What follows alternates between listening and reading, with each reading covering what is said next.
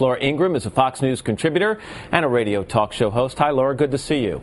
Hey, Matt, can I just say something? George Lewis's report, and I love George Lewis. I think he does a great job. How do you go from Sarah Palin giving a speech to saying, did she rile up the people too much, and then talk about death threats? I think that kind of reporting really is what drives people crazy about the dinosaur media. Well, there have been some people who say that some of her comments and some of her graphics that she's used over the last couple of weeks have perhaps incited some people and maybe misrepresented her thoughts. She cleared it up herself, so why wouldn't you connect the two?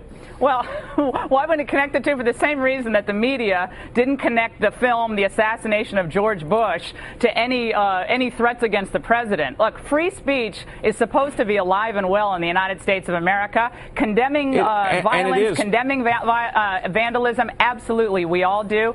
But to say that Sarah Palin and the Tea Party movement is responsible for vandalism or threats is just a way to dismiss the American people and their dissatisfaction with this health care bill. I'm going to go back to, I'll look at George's script in a second, Laura, and see if he actually said just that. I'm not sure that's exactly what he said. Oh, that was the import of it. We're smart here, Matt. We know what's going on. Let me go on here and ask you, was it a little surreal to see Sarah Palin and John McCain up on that stage together, given what seemed to be the bad blood following the election?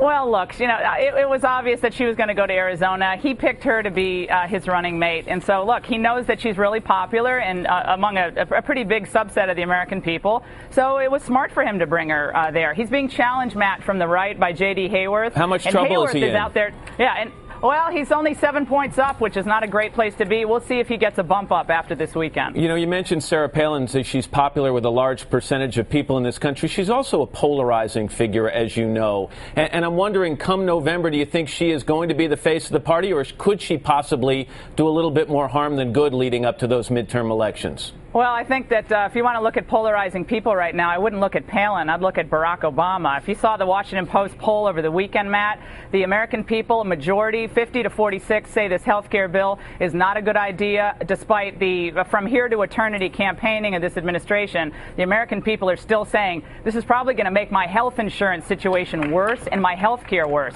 That's devastating for the president. So it doesn't surprise me that people are trying to change the subject to Sarah Palin or the Tea Party or threats or any of that. Let me just correct one thing. It's not a health care bill anymore. It's the health care law these days. Yeah, good point. Yeah, but why is he still campaigning for it then if it's already law? Let me ask you this. Given the current, you've covered and you've commented on the political dynamic for an awfully long time. When you look at what's going on right now, the vitriol, the comments, the intimidation, and I'm not talking about from one side. It's happening both directions. Vandalism, threats of violence. Can you compare it to any other time in your experience?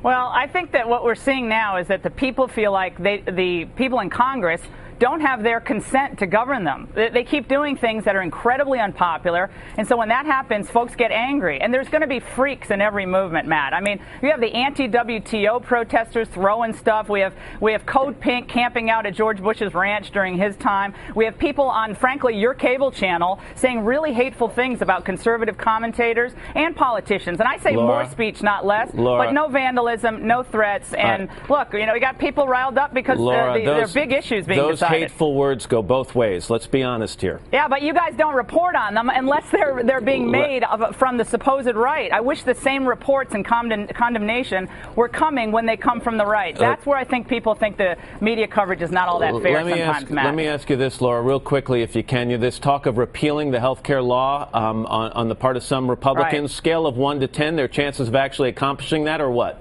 I think it's going to be tough, but I'd say, anything's possible, maybe 6 or 7. Really, that high? All right, Laura Ingraham. Laura, thanks very much.